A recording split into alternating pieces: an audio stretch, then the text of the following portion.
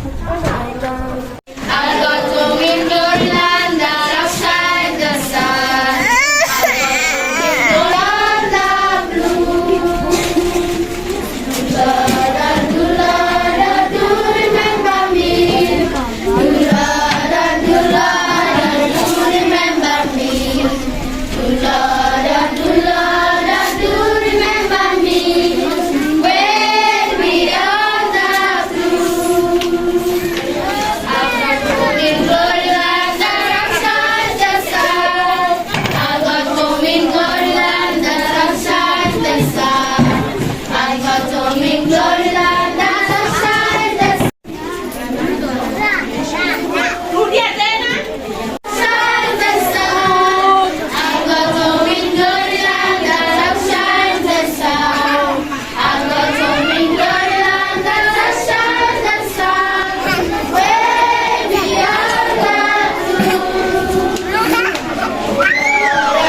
Lord, do remember me.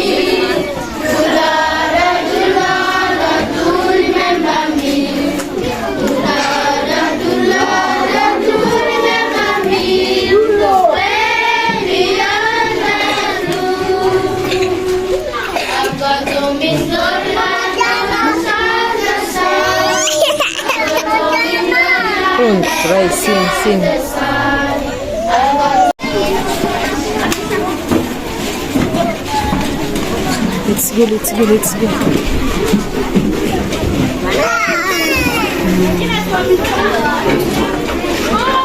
Nah, Bella.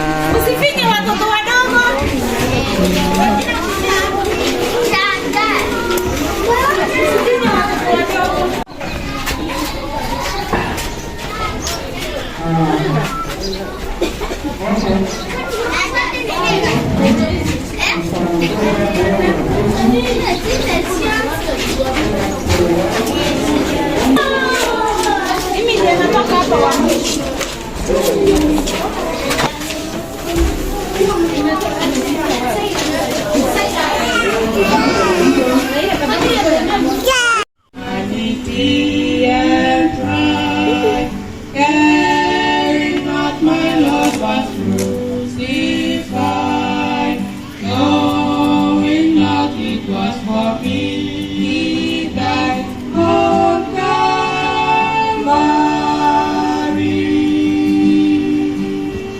Mercy there was great and grace was free. Pardon there was multiplied to me. Then my brother suffered liberty at Calvary.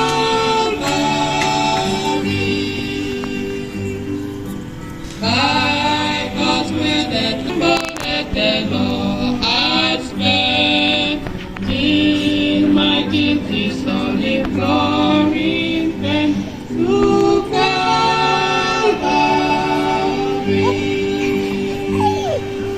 Mercy there was great and grace was free. My burden so from liberty at Calvary.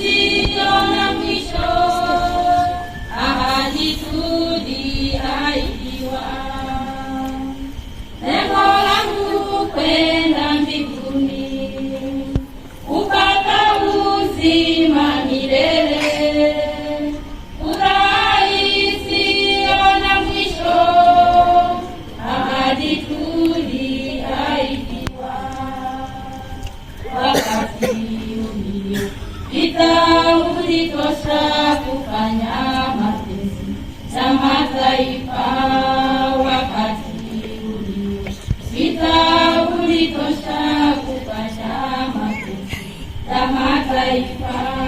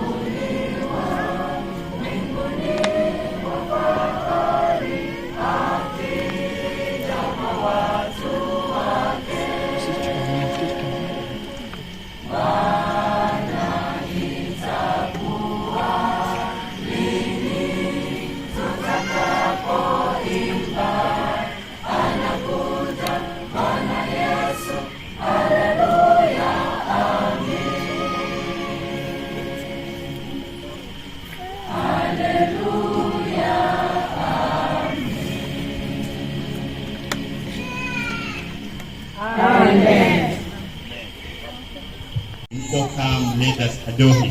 He talks about the adoration that we are called to give to Jesus Christ. So may we all join in, even though we will only play it with the instrument.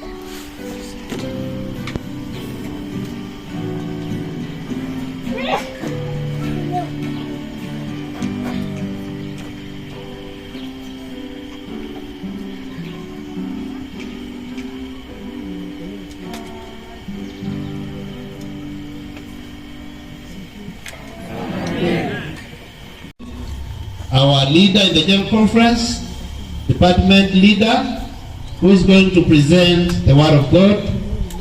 Hivyo basi ni wangapi pamoja nami watakao mkaribisha. Na somo lile ambalo tumetangulia kulisoma mwanzo wa huduma hii kianza. Before Jesus left this earth, kabla Yesu hajatoka katika dunia hii, he told to his disciples aliwafundisha wanafunzi wake that they all may be one, kwamba wote wawe na umoja. And to start being unit, you need to be unit with Christ. Na wangehitaji kuwa pamoja ama kuwa na umoja na Yesu, na kwa nia moja, even if they are different people. hata kama kuna watu tofauti tofauti. God did not create all of us equal. Mungu hajatuumba sote kuwa kitu kuwa namna moja.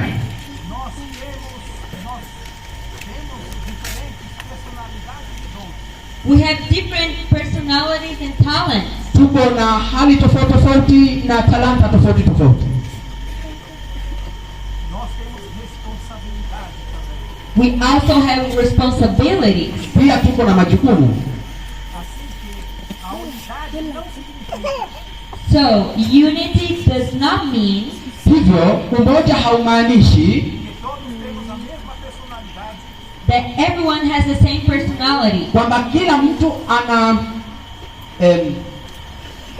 mtazamo ule ule sawa na mwingine, That we think the same thing, kwamba the same way. tunafikiria kitu kimoja kwa njia moja, And there are no differences. ya kwamba hakuna tofauti,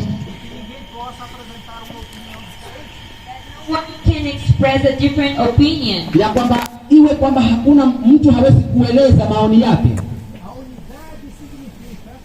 Unity means Umoja unamaanisha that personal differences kwamba tofauti za kibinafsi are not placed above the collective purpose. haziwekwi juu ya makusudi ya pamoja. So we need to learn how to ask. Hivyo tunahitaji kujifunza namna ya kuuliza, What is the best for the kingdom of God? ni kipi kilicho bora kwa ajili ya ufalme wa Mungu, Instead of how can I make my will prevail? na ninawezaje kufanya mapenzi yake la mwisho. He could pray for a lot of things else. Angeweza kuomba kwa mambo mengineyo yale. He could ask for prosperity for his church. Labda angeweza kuomba kuhusu maendeleo au ufanisi kwa kanisa lake. He could have asked that his disciples not face difficulties. Angeweza kuomba kwamba wanafunzi wake wasipitie magumu au matatizo. He could have asked that they be recognized by the world. Angeweza kuomba kwamba ulimwengu uweze kuwatambua. But one of his biggest concerns was Lakini kilichokuwa cha kipekee kwake ama cha muhimu kwake ilikuwa that they all be one. kwamba wote wawe na umoja. Jesus knew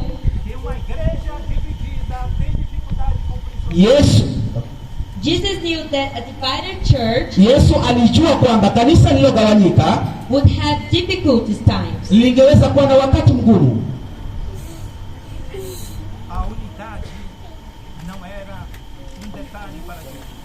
Unity was not a minor detail for Jesus. Umoja haukuwa jambo dogo ama jambo la rahisi kwa Yesu. It was a part of his mission. Ilikuwa mpango wa kazi yake. Ecclesiastes chapter 4 verse 9 and 10 says, Mhubiri mlango wa 4 fungu la 9 na 10 nasema, Two are better than one because they have a good reward for their labor. For if they fall, one will lift up his companion. tena wawili wakilala pamoja hapo watapata moto, lakini mmoja aliye peke yake tu aweza kuona moto.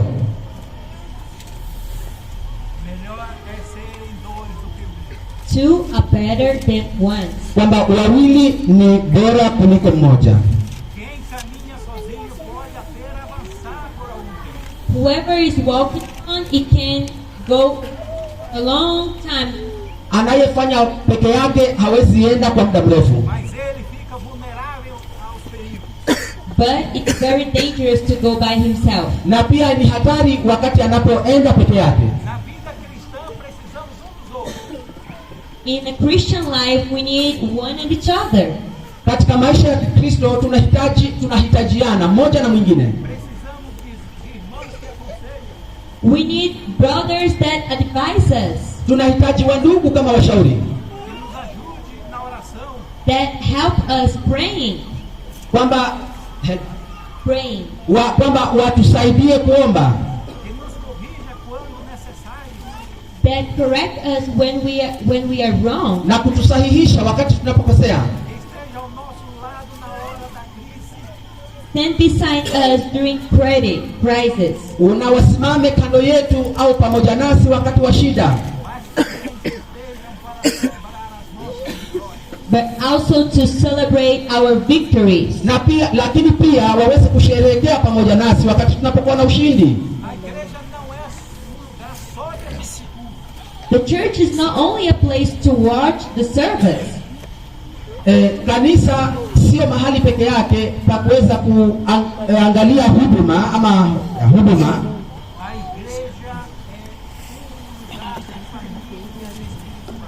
The church is a spiritual family. Kanisa ni familia ya kiroho.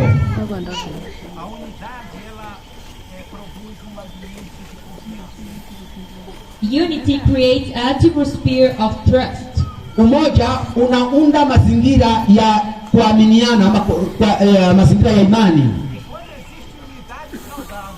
And when there is health unity, na kama kutakuwa na umoja mzuri, people notice. Watu wanagundua. A united family provides security to their children. Familia iliyoungana huleta usalama kwa watoto. A united team works more effectively. Kundi moja lililounganika linafanya kwa mafanikio. On the other hand, when there is only criticism, kwa upande mwingine kama tu kuna kashifa, when we have more competitions, na kwamba kama kunayo mashindano mengi, everyone suffer. Basi kila mmoja ataathirika, atateseka. That's why Paul wrote in 1 Corinthians 1:10. Wakati Paul alipoandika Wakorintho wa kwanza mlango wa 10, that you always speak the same thing, kwamba wote waongee vimoja, and that there be no divisions among you, na kwamba kusiwepo mtengano miongoni mwenu, but that you be perfectly joined together, lakini nyote muweze kushirikiana pamoja,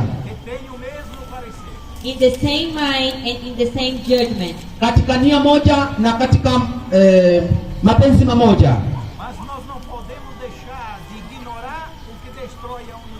But we can't ignore what destroys the unity. We can't ignore. We can't ignore what. Hatuwezi puuzia kile ambacho kinaweza haribu umoja. One of them is self-centeredness. Na moja ya kitu hicho ni ubinafsi. And people who think only on him, watu wanaojifikiria wao wenyewe peke yao. This person is always saying, my way is the best way ever. Mtu kama huyu anasema kwamba njia yangu ndio ya peke yake, ama ndio inayofaa siku zote.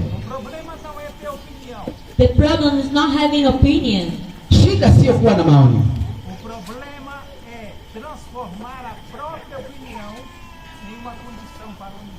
The problem is to turning your own opinion into a condition for unity. Kwamba ama shida ni kuchukua maoni yako kwamba hayo ndio yangeweza kukamilisha kila kitu. My own self will always say, kwamba mimi peke yake ndiye naongea. do it my way. Tunza ama nendeni katika njia yangu. And here we have a situation inside the houses. Hapa ndipo tuna hali kama hizi katika nyumba. A lot of times the father, who is the head of the family, kwa mara nyingi baba aliye ndiye kiongozi au kichwa cha familia, he thinks that everyone inside the house needs to do what is his own. Anafikiria kwamba kila mmoja aliye ndani ya nyumba afanye kama vile anavyotaka yeye. But Christ says, learn from me, for I am gentle and lowly in heart. Lakini Yesu anasema, jifunzeni kwangu kwa sababu mimi mpole na mnyenyekevu wa moyo. A second point that destroys the unity, kipengele cha pili ambacho kinaharibu familia, it's the competition. Ni mashindano. When brothers and sisters begin competing with each other, kwamba ndugu na dada wanapoanza kushindana wao kwa wao, they stop to work together. Basi wanaacha kufanya kazi pamoja. In the church, it should not have competition. Ndani ya kanisa hakufai kuwa na mashindano. Competition for position, recognition, and influence. Mashindano ya ngazi za uongozi au kutambuliwa.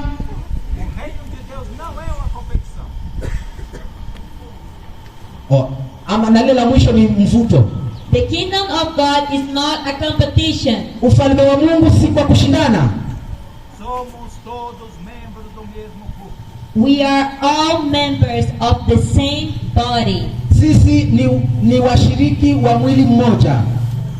Se a mão tentar competir com o pé, todo o corpo sofre. If the hand tries to compete with your foot, all the body will suffer. Ikiwa mkono utaanza kushindana na mguu, mwili wote utaweza kuathirika.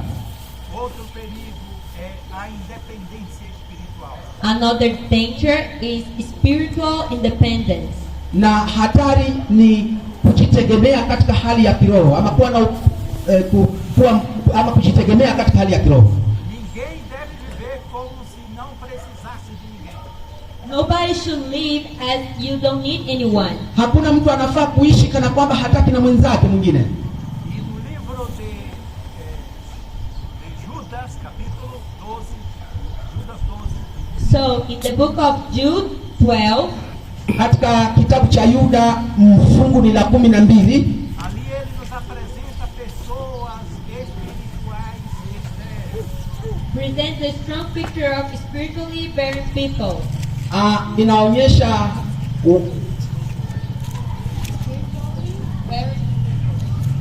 watu ambao wamekufa kiroho.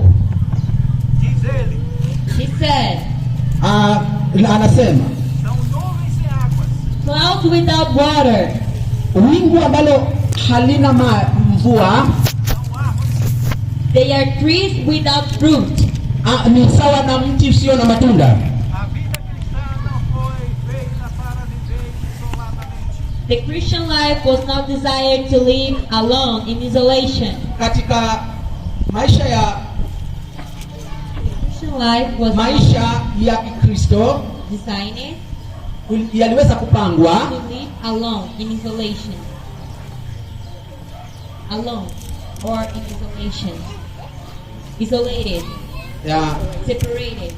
maisha ya Kikristo hayakuweza kupangwa kwamba watu waishi kwa kutengana. Cristo nos chama para fazer parte do corpo. God has called us to be part of the body. Mungu ametuita ili tuwe sehemu ya mwili. Outro problema é a falta de perdão. Another point is unforgiveness. Kipengele kingine ni kutosameheana, Não existe unidade There is no unit kwamba hakuna umoja quando as pessoas carregam uma lista de ofensas. when everyone carries a list of offenses. kwamba kila mmoja anabeba msururu wa makosa. A unidade exige a capacidade de dizer: Unity requires the ability to say, Umoja unahitaji ule uwezo wa kusema eu fui ferido, I was hurt, nilikwazwa, mas escolhi perdoar. but I choose to forgive. lakini ninachagua kusamehe. Queridos irmãos, My dear brothers and sisters, Wapendwa ndugu zangu na dada zangu, esse princípio nós temos a aplicar em casa, this principle we need to apply inside our homes. kanuni hizi tunahitaji kuzitekeleza katika nyumba zetu, entre os cônjuges. Uh, pamoja na wale wenzi. Perdoar não significa dizer que o erro foi correto. To forgive, it does not mean saying that the wrong was right. Kusamehe hakumaanishi It does not mean that the wrong is right. kusamehe hakumaanishi kwamba lile kosa ni la kweli. Significa entregar a Deus o direito de julgar. It means to surrender the right to judge to God. Inamaanisha kujisalimisha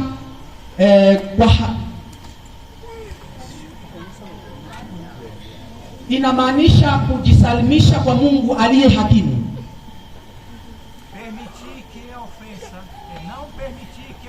ofensa continue governando o coração. With that, you won't allow that those offenses is continue in your hearts. Na katika hili linamaanisha yale makosa hayataweza kuendelea ndani ya moyo wako. A unidade começa no relacionamento com Deus. Unity begins with your relationship with God. Umoja unaanzia wakati unapokuwa na uhusiano wako na Mungu. Não podemos construir verdadeira unidade We cannot build true unity.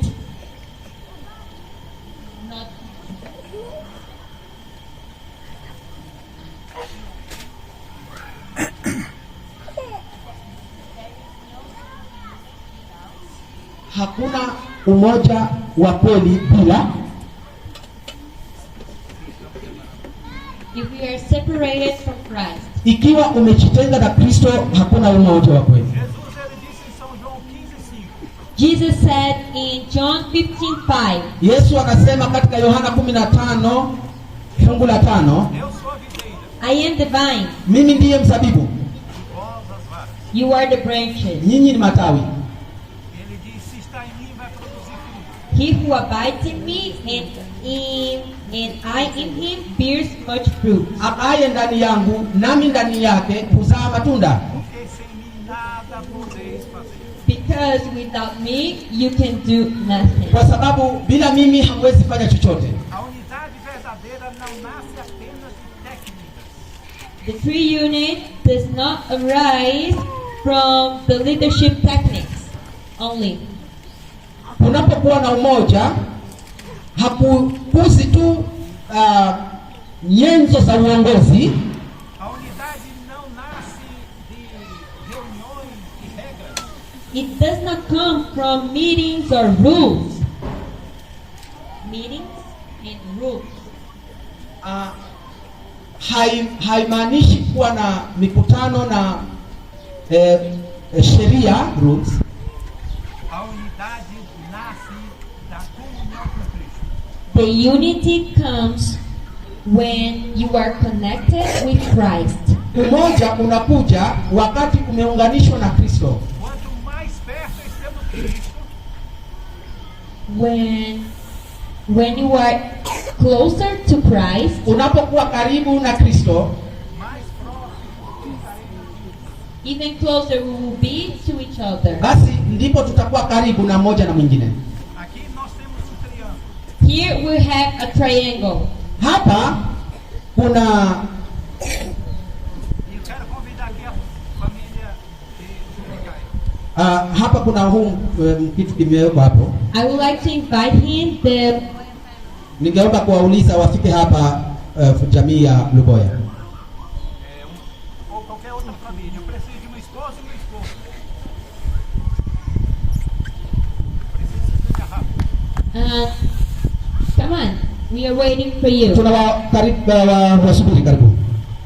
E aqui nós temos uma ilustração And here we have an example Hapa tunakuwa na mfano com esse triângulo. with this triangle. kupitia kwa kitu hiki, mchoro uliowekwa hapa ama vitu vilivyopangwa. E aqui nós temos no topo do triângulo So in the top of triangle, Kwamba hapo mwisho kwa triangle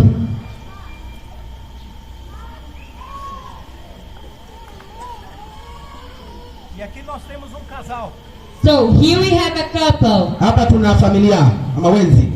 E esse triângulo ilustra And this triangle is an example Kwa hivyo jinsi walivyosimama ni mfano que a família está formada por três pessoas. that the family and wife. na mke. No topo desse triângulo está Cristo. In the top of the triangle is Christ. Juu ya hii triangle ni Kristo. Quanto mais ele se aproxima do topo, So when they are getting closer to the top, Kwa hivyo wakati wanapoendelea kukaribia pale mwisho ama pale juu, eles vão se aproximando de Cristo. they are approaching to Christ. They are getting closer to Christ wanaendelea kuwa karibu na Kristo and also to each other. na pia pamoja na mwenzake. Nessa posição ele se encontra distante. In this position, they are separated. Katika maeneo waliosimama wametengana. Mas na medida que eles vão se aproximando, But Lakini you can see that while they are walking, unaweza ona kwamba wakati wanapotembea eles vão estar mais próximos de Cristo they are becoming closer to Christ wanakuja kuwa karibu na Kristo, e um dos outros. and one at each other. na mwisho mmoja na mwingine. E família é isso. And family is that. Familia ni kama hivyo. Fora disso é um projeto de Satanás. Out of this is the Satan's project. Mbali na mambo kama haya, basi huo ni mpango wa shetani, Porque o inimigo veio para destruir e dividir. Because the enemy comes to divide and separate. kwa sababu adui huwa anakuja kugawanya na kutenganisha, Mas Deus trabalha para a unidade. But God works for the unit. lakini Mungu anafanya kazi kwa umoja. Dear brothers and sisters, Wapendwa ndugu zangu na dada zangu,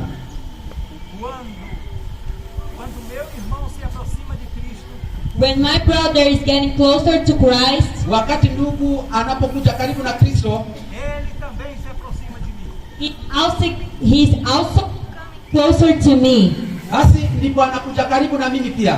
Quando o marido se aproxima de Cristo, The husband is getting closer to Christ, Wakati mume anapoendelea kumkaribia Kristo, ele vai se aproximar da esposa. he will be closer to his wife. atakuja kuwa karibu na mkewe, Também vai se aproximar dos seus filhos. He will also be closer to his children. pia atakuja kuwa karibu na watoto wake. Porque os lares estão doentes. Why we have problems inside the family? Kwa nini tuna matatizo ndani ya familia? Porque a igreja está enferma. Why the church have problems? Kwa nini kanisa linakuwa na matatizo? Porque sofremos anemia espiritual. Why are we suffering a spiritual enemy? Kwa nini tunakumbwa na uadui wa Kikristo au wa kiroho? Porque eu estou longe de Cristo.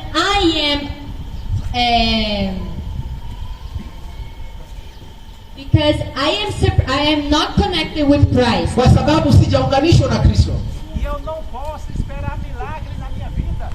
Can't wait a miracle in my life. na siwezi subiria miujiza katika maisha yangu, Eu não posso esperar milagre na igreja. I can't wait a miracle inside the church. na siwezi subiria miujiza ndani ya kanisa, Porque a igreja é miniatura chamada lar. Because our church reflects what we have in our family. kwa sababu kanisa langu linaashiria jinsi tulivyo ndani ya familia. Ela está comprometida com a unidade. Your family are compromised with unit.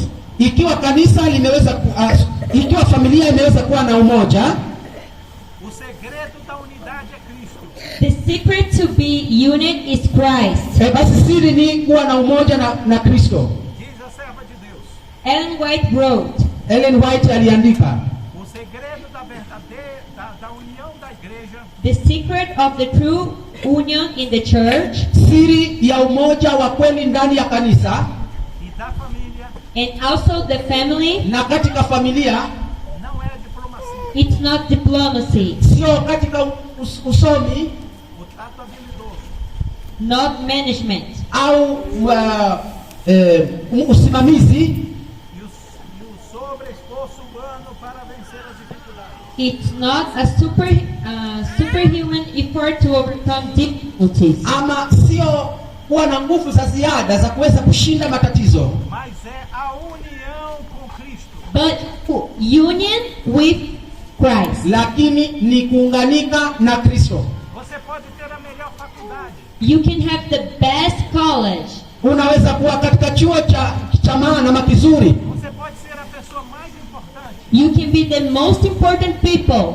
unaweza kuwa mtu wa muhimu zaidi, Mas se não tem unidade com Cristo, But if you're not connected with Christ, lakini kama hujaweza kuunganika na Kristo, a religião é apenas uma teoria. the religion is, you have a religion as a theory. basi unakuwa na dini kama nadharia tu. Unidade no casamento e na família. Unit in marriage and in the family. Umoja katika ndoa au katika familia. Se queremos uma igreja forte, If we want a strong church, Kama tukihitaji kuwa na kanisa lenye nguvu, precisamos precisamos começar na família. We need to start inside our family. Basi tunahitaji kuanzia ndani ya familia. A igreja é formada por pessoas. The church is made of people. Kanisa linaundwa na watu, E essas pessoas vêm dos lares. And these people come from homes. na watu hawa wanatoka manyumbani mwetu. Por isso que a restauração da igreja That's why the restoration of the church, Ndivyo restoration, hivyo ndivyo ule urejezo wa kanisa passa pela restauração da família. it starts when your family, it starts the restoration in your family. ni wakati familia zetu zinaanza kuwa na mshikamano wa urejesho. Marido e mulher precisam caminhar juntos. Husband and wife, you need to walk together. Mume na wake mnahitaji kufanya kazi pamoja.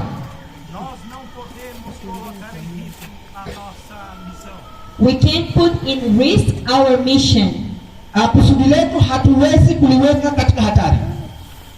Casamento não é uma disputa para descobrir quem manda. Marriage is not a competition of power. It's not a competition of power. Ndoa si mashindano ya mamlaka.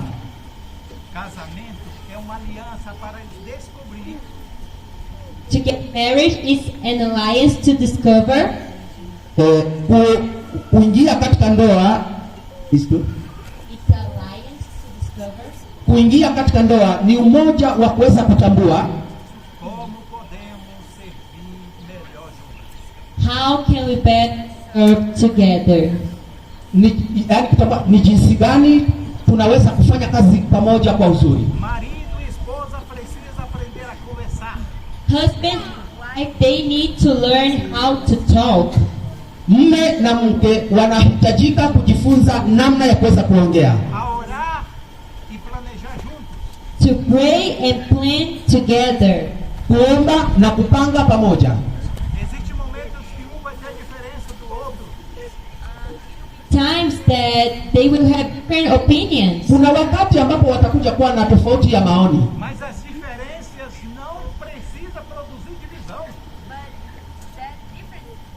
Don't means to start division. lakini utofauti huu wa maoni haumaanishi mtengano. E o casal ele pode dizer, And the couple can say, Ha? the couple, Yes, na wenzi wanasema nós somos diferentes, we are different, sisi tuko tofauti, mas pertencemos ao outro. but we belong to each other. lakini sisi tunatokana na mmoja wetu ama kati yetu, E estamos buscando juntos a vontade de Deus. And together we are seeking the ear of God. na pamoja tunatafuta ule umoja na Mungu. Os filhos precisam aprender o valor da unidade. Children, they need to learn the value of unity. Watoto wanahitaji kujifunza furaha au upendo wa umoja. Os pais eles precisam ensinar os seus filhos Parents need to teach their children Wazazi wanahitajika kuwafundisha watoto wao que a família não funciona that the family does not function ya kwamba familia haiwezi fanya kazi quando a pessoa busca fazer a sua vontade. when one person decides to do his own way. wakati mmoja wetu anapoanza kufanya kwa njia yake mwenyewe. Dentro deste lar precisa existir Inside this house, it needs to be Katika nyumba hii kunahitajika kuwa responsabilidade, responsibility, kuwajibika, respect, heshima and cooperation. na kushirikiana. mas a autoridade cristã But Christian authority Lakini mamlaka ya Kristo nunca deve ser autoritarismo. must never become authoritarianism. Must never become authoritarianism. haihitajiki kuwa Attitude. unenaji au mamlaka au authority. O marido, ele pode ser,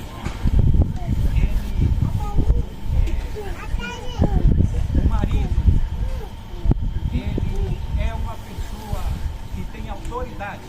Husband, he has authority. mume ana mamlaka, mas ele não deve ser um autoritário. but he can't be authoritative. authoritative, yani kuongoza kwa kifua au kwa mabavu. Existe uma diferença entre autoridade e autoritarismo. There is a difference between to be authority, Kuna tofauti ya kuwa na mamlaka and authority na kuongoza kwa mabavu. Os pais precisam conduzir os filhos com amor, The parents need to guide their kids with love. Wazazi wanahitajika kuongoza kundi lao kwa upendo. e com 3 coisas mais. And with more three things. Three things. Kuna mambo matatu: Exemplo, Example, mfano, exemplo example, mfano e exemplo. and example. na kuwa mfano. Cristo ele precisa ser o centro do lar. Jesus needs Yesu anahitajika kuwa katikati ya ile nyumba. Quando ele não ocupa o centro do lar, when Jesus is no longer the center. Wakati Yesu hawi tena yeye aliye katikati au msingi, na maioria das vezes é ocupada pelo homem. Most part, usually is the guilty person is the husband. mara nyingi yule aliye na hitilafu ni mume. Cristo diz, a irmã White diz que Cristo veio para restaurar. Ellen White said that Christ came to restore. Ellen White anasema kwamba Kristo alikuja kurejeza Para que a família da terra pudesse ser um símbolo da família celestial. Of the earth might become a symbol of the family in heaven. ya kwamba familia inakuwa mfano wa mbinguni. Somente a presença de Cristo pode fazer lares felizes. Only the presence of God can make a happy house. Uwepo wa Mungu peke yake ndio utaifanya ile nyumba kuwa yenye furaha. Lar cristão não é lar sem problema. Christian house is not a house with a Nyumba ya Mkristo sio nyumba ambayo haina matatizo. É lugar onde os problemas são levados para Jesus. It's a place while the problems they bring it to Jesus. Ni mahali ambapo yale matatizo yao wanayaleta kwa Kristo ama kwa Yesu. E aí aprendemos a resolver os conflitos da maneira de Deus. And with that we learn how to solve the problems in the Christ way. Na hii ni namna ya kuweza kutatua matatizo katika njia ya Kristo. Não significa que marido e mulher nunca discutem. It doesn't mean that husband and wife will never discuss. Haimaanishi mke na mume kwamba hawawezi ongea. Eles aprendem que vão ter discórdias. And they will learn, they will discuss sometimes. The couple, they learn that sometimes they will discuss. Hawa wengi wanaweza ama jifunza au kuona kwamba wakati mwingine wana haja ya kuongea. E isto sem destruir ao outro. But they will learn that without destroying each other. Lakini katika hili wasiweze kuangamizana ama kuumizana kati yao wawili. The family is a small church. Familia ni kanisa dogo. Our house is not the place that we go there only to sleep. Nyumbani mwetu sio mahali ambapo tunaingia tulale. É a primeira escola de corpo missionário. It's the first school to be a missionary. Hapo ndio shule ya kwanza ya kuwa wamishonari. É ali que se deve aprender sobre amor, respeito e perdão. It is in this place that we need to learn about love, respect, and forgive. Ni mahali hapa ndipo tunahitajika kujifunza kuhusu kusamehe, love, upendo, kusamehe respect, and na forgiveness. heshima. Diz a serva de Deus. Our sister said, Dada White anasema É devido à falta de cristianismo no lar. it is because of the lack of Christianity in the house, ni kwa sababu ya kukosa Ukristo ndani ya nyumba Que há falta de poder na igreja. that there is a lack of power in the church. ndipo kuna kule kukosa nguvu ndani ya kanisa. Que quer dizer isso? What does it mean that? Hii inamaanisha nini? Que a saúde espiritual da igreja That the spiritual health of the church, Kwamba the spiritual health of the church afya ya kiroho ndani ya kanisa está relacionada com a saúde espiritual das famílias. is related to the spiritual health of the family. inahusishwa na afya ya kiroho katika familia. Se queremos uma igreja unida, If we want a strong church, Kama tukihitaji kanisa lililo na nguvu, precisamos unidade em nossas famílias. we need more families that are united. basi hapa tunahitaji familia ambazo zina umoja. Mas existe outro fator também que fala da unidade. But there is another point that talks about unity. Hapa kuna kipengele kingine kinachozungumza kuhusu moja. É a unidade entre irmãos. It is the unity between brothers and sisters. Ni umoja kati ya wandugu na wadada. Ele nos chamou para fazer parte do corpo. He called us to be part of the body. Anatuita kuwa sehemu ya mwili. 1 de Coríntios 12:12. 1 Corinthians 12:12. Wakorintho wa kwanza 12:12. O corpo são muitos membros, For as the body is one and has many members, Ya kwamba mwili ni mmoja lakini una viungo vingi. e na igreja cada tem a sua função. in the church everyone has their own responsibility. Ndivyo ilivyo kanisani, kila mmoja ana jukumu lake. Mas todos estamos sujeitos à cabeça que é Cristo. But we also need to respond to our head, our Jesus. Lakini sote tunaitikia kwa kichwa chetu ambayo ni Yesu Kristo.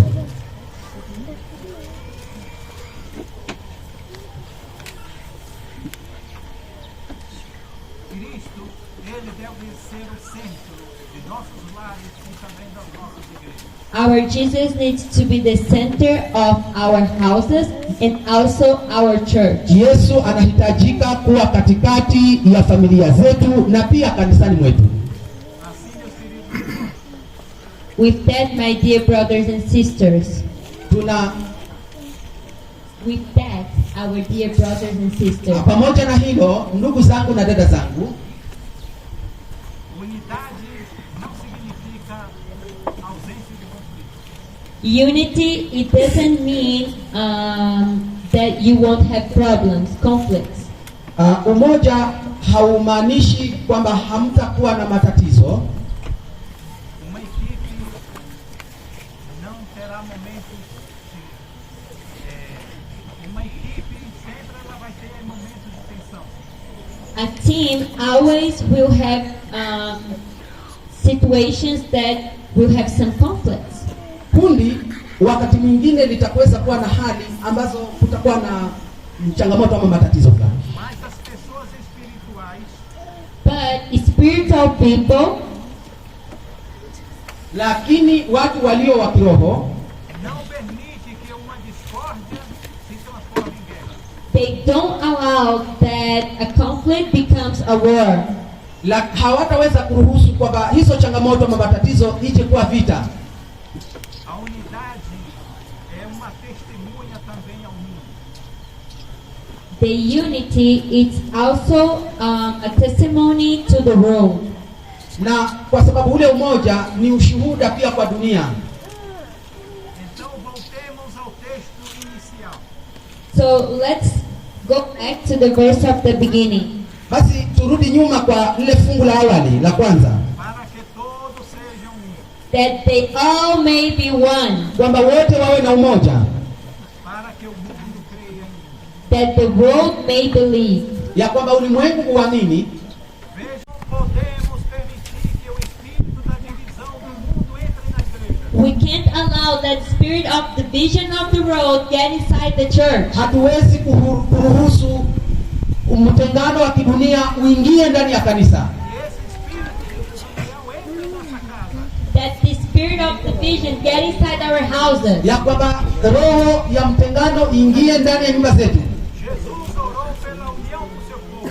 Jesus prayed for the union of his people. Yesu aliomba katika siku zetu ule umoja wa watu wake. Ele sabia que ele Because he knew that his people would he knew that his people could have some problems, some difficulty times. Kwa sababu alijua watu wake wangeweza kuwa na matatizo kwa wakati fulani. precisamos estar unidos.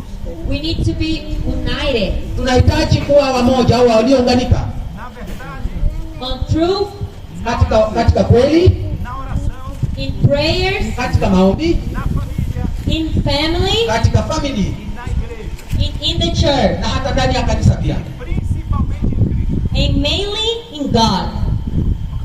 Mainly. Mainly in God. Aha. Tuliosimikwa kwa katika Mungu. A serva de Deus diz, Ellen White said, Ellen White anasema, unimos, get united and united. mnafaa kuwa wamoja, muwe wamoja na mliounganika. na união a força. When we are united, we are strong. Wakati tumeunganika tuko na nguvu, Na desunião a fraqueza. But the opposite, we are weak. lakini kinyume chake tunakuwa dhaifu. Quando o povo de Deus crê plenamente na oração de Cristo, When the people of God truthfully believe in the prayer, in the Jesus prayer, Wakati watu wa Mungu wanapoamini kikweli katika lile ombi la Yesu, diz que a unidade de ação será fato em nossas vidas. we will, in our lives, we will live unity. katika maisha yetu tutaishi na umoja. Portanto, That's why Hii ndiyo sababu a pergunta é: the question is, swali ni, a nossa igreja está unida? our church is united, kanisa letu lina umoja au limeunganika? Ou seria, or should be, estou unido a Cristo?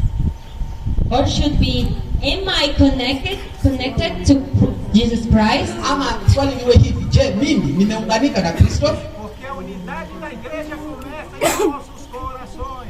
Because the church only will be united when I start in my heart to be connected with Christ. Kwa sababu kanisa litaunganika tu wakati mimi nitakapoanza kuunganika na Kristo. A pergunta não deveria ser apenas: The question is not only, Swali si tu, minha família está unida?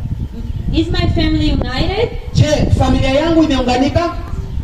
Mas a pergunta seria: Cristo está no centro da minha família? But the question should be, Lakini swali lafaa kuwa hivi, is Christ in the center of my family? je, Kristo ndiye msingi au katikati ya familia yangu? O que eu posso fazer para promover a unidade? What I can do to promote unity? Ni nini naweza fanya ili kukuza umoja? Talvez pedindo perdão e perdoar.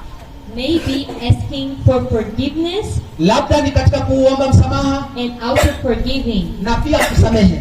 Abandonar uma crítica. Leaving the past, the criticism. Kuacha yaliyopita, zile kashifa. Talvez precisamos orar juntos. Maybe we need to pray together. Pengine tunahitaji kuomba pamoja. Talvez tenhamos que colocar Cristo no centro das nossas vidas. Maybe we need to put Jesus Christ in the center of our life. Pengine tunahitaji kumweka Kristo kuwa katikati ya maisha yetu. Imagine uma família que todos estão olhando para Cristo. Imagine a family that all the members is looking to Jesus. Hebu angalia familia ambayo washirika wote wa ile familia wanamtazama Yesu. Imagine uma família onde esposa e esposa estão orando juntos. Imagine a family that husband and wife are praying together. Hebu fikiria familia ambayo mke na mume wote wanaomba kwa Yesu. Imagine filhos aprendendo com seus pais da palavra de Deus. Imagine children learning from the parents about the word of God. Hebu fikiria watoto wanaojifunza kutoka kwa wazazi wao neno la Mungu. Imagine uma igreja onde os irmãos estão colaborando. Imagine a church while all the members are are collaborating. Hebu fikiria kanisa ambalo washiriki wote wanashirikiana. Imagine líderes que sirvam com humildade. Imagine leaders that serve with humility. Hebu fikiria viongozi ambao wanahudumu kwa unyenyekevu, Onde os membros cuidam uns dos outros. Where the members take care of each other. wakati washiriki wanatunzana. Imagine uma igreja onde cada membro pergunta: em que posso ajudar? Imagine a church while a member can ask, where I can help? Hebu fikiria kanisa ambalo mshiriki anaweza uliza, je, nisaidie wapi? Eu preciso estar unido com Cristo. I need to be connected with Jesus. Ninahitaji kuunganika pamoja na Yesu. Minha família precisa estar unida com Cristo. My family needs to be united with Christ. Familia yangu inahitajika kuunganika na Kristo. E aí podemos orar. And with that we can pray. Na pamoja na hayo tunaweza omba. Eu e o Pai somos The Father and I, we are one. Yeah, the Father. Mimi na Baba tu moja. Hoje Deus nos convida. Today God is calling us. Leo Mungu anatuita. Volte para casa. Go back home. Rudi nyumbani. Reconcilie com tua família. Do reconciliation with your family. Fanya upatano na familia yako. Valorize seus filhos e seus irmãos. Give importance to your children and your brothers and sisters. Wapatie kipaumbele watoto wako, ndugu zako na dada zako. Perdoe. Forgive. Samehe. Faça da oração de Jesus a sua oração. Make the Jesus prayer your prayer. Hebu ombi la Yesu liwe ombi lako. Que Deus faça de nossos lares pequeno céu na terra. May God do our homes a small piece of heaven. Hebu Mungu afanye familia zetu ziwe sehemu ya amani ya mbinguni.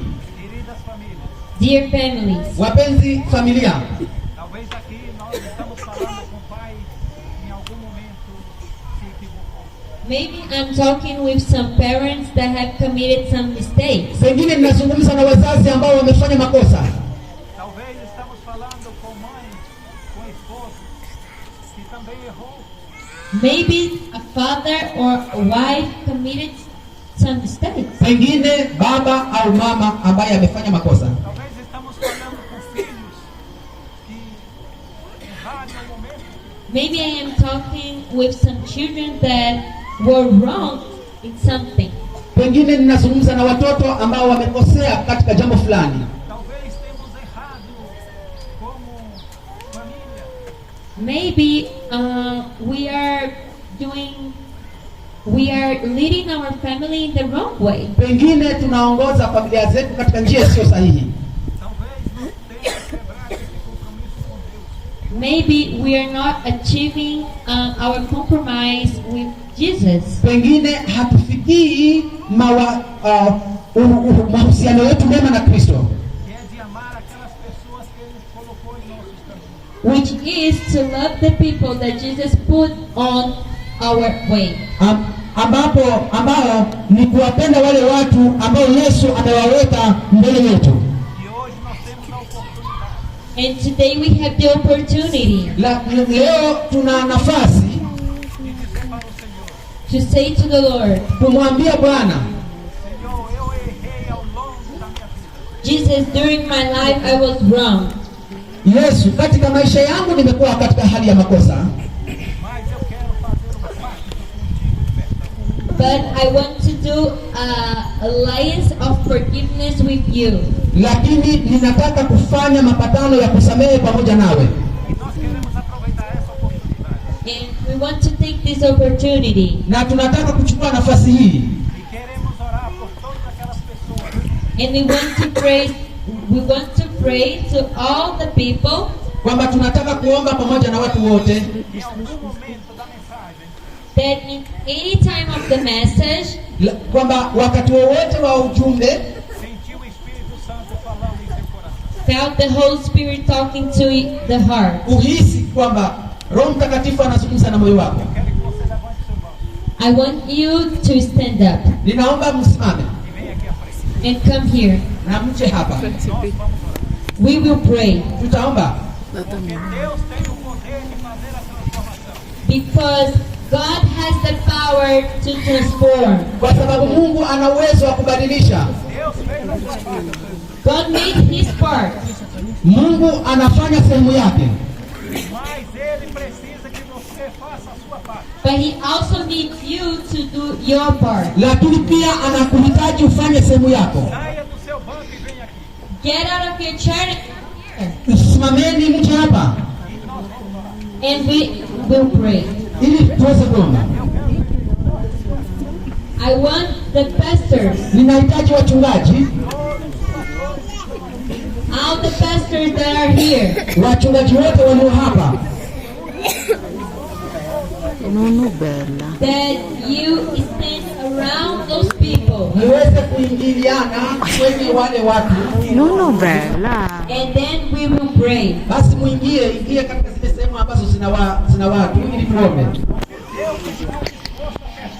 Because God wants to forgive you.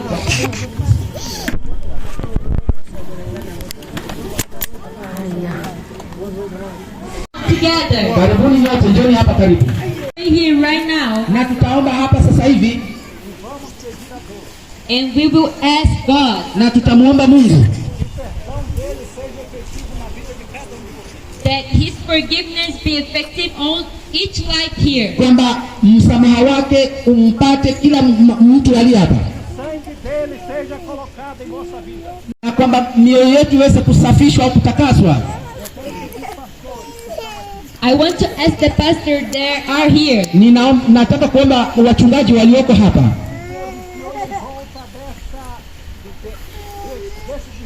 to get around those brothers and sisters. waweze kuwa miongoni hapo kwa wale wa ndugu na yes, yani kana kwamba wanafanya duara Around. nguke wale watu ambao, E que estenda a mão sobre eles. And raise your hands above them. na waweze kuinua mikono yao juu yao, Porque eu acredito num Deus. Because I believe in one God. kwa sababu naamini na Mungu mmoja, There is, Mungu ambaye ana uwezo Ele está aqui para fazer milagres. and he is here to do a miracle. na yuko hapa kufanya miujiza Fazer diferença Make difference na kufanya jambo la kipekee au jambo tofauti nas nossas famílias. in our family, katika familia zetu in life. na katika maisha yetu. We will pray stand up. Tutaomba tukiwa tumesimama, Let's close our eyes tufunge macho yetu and let's believe in the promise of God. na tuamini katika ahadi ya Mungu. The pastors, please raise your hands above the people. Wachungaji, tafadhali inueni mikono juu ya watu. Dear Heavenly Father, Baba yetu wa mbinguni, we are here in your presence. tuko hapa mbele zako, And here we have a group of your daughters and sons. hapa tuna kundi wana na binti zako, And all of us, we want to go to the heaven. na sote tunataka kwenda mbinguni.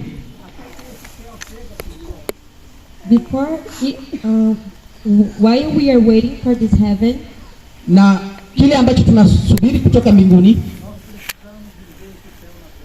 we need to live this heaven here on earth. tunahitaji kuishi mbingu tukiwa hapa duniani.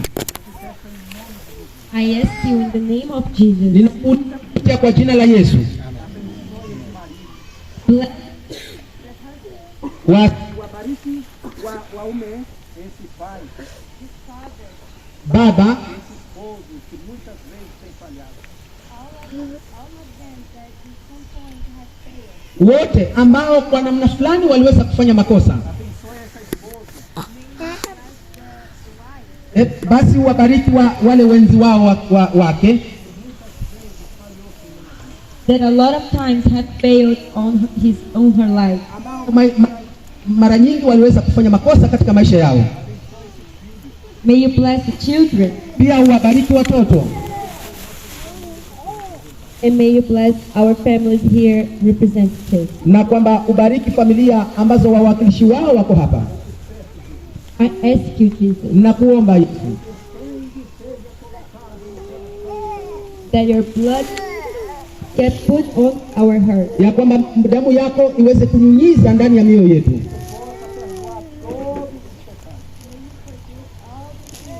Basi utusamehe dhambi zetu zote. Help us to keep going to heaven. Basi tusaidie ili tusonge kuendelea mbinguni.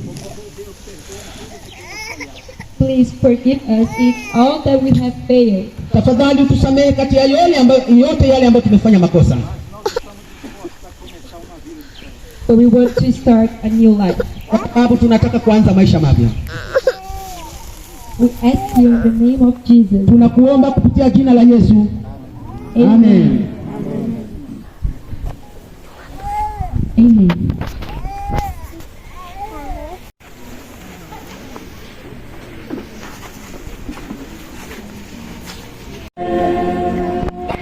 Tutaimba pale kwa moyo, wimbo tamu za wenye heri, na rohoni hatutaona tena haja ya kupumzika.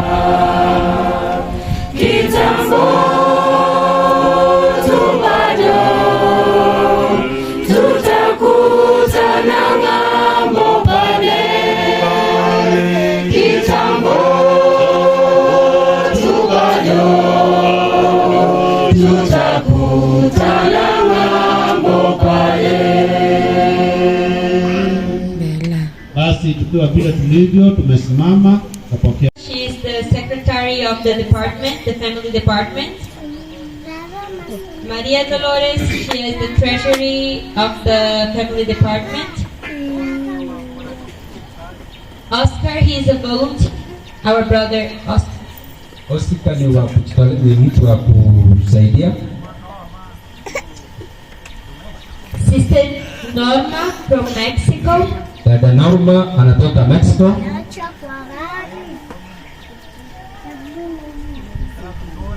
Miss Ellen as translator. Dada yetu Ellen kama mtafsiri. And my person. Also Pastor Wesley. Pastor Wesley pia. We are missing him. Ametoka kidogo. My team and I, we are here to serve. Timu yangu tumekuja hapa kuhudumia. May God bless all of you. Mungu awabariki nyinyi nyote. Amen. Thank you. Kwa baba wetu. Thank you. And that's the end. Amen. Thank you so much. So now, thank you for being patient to us. Now it's time that I want to invite the host pastor for family department.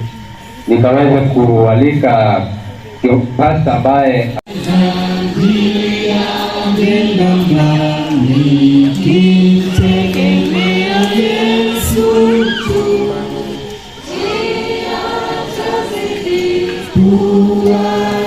Isi ni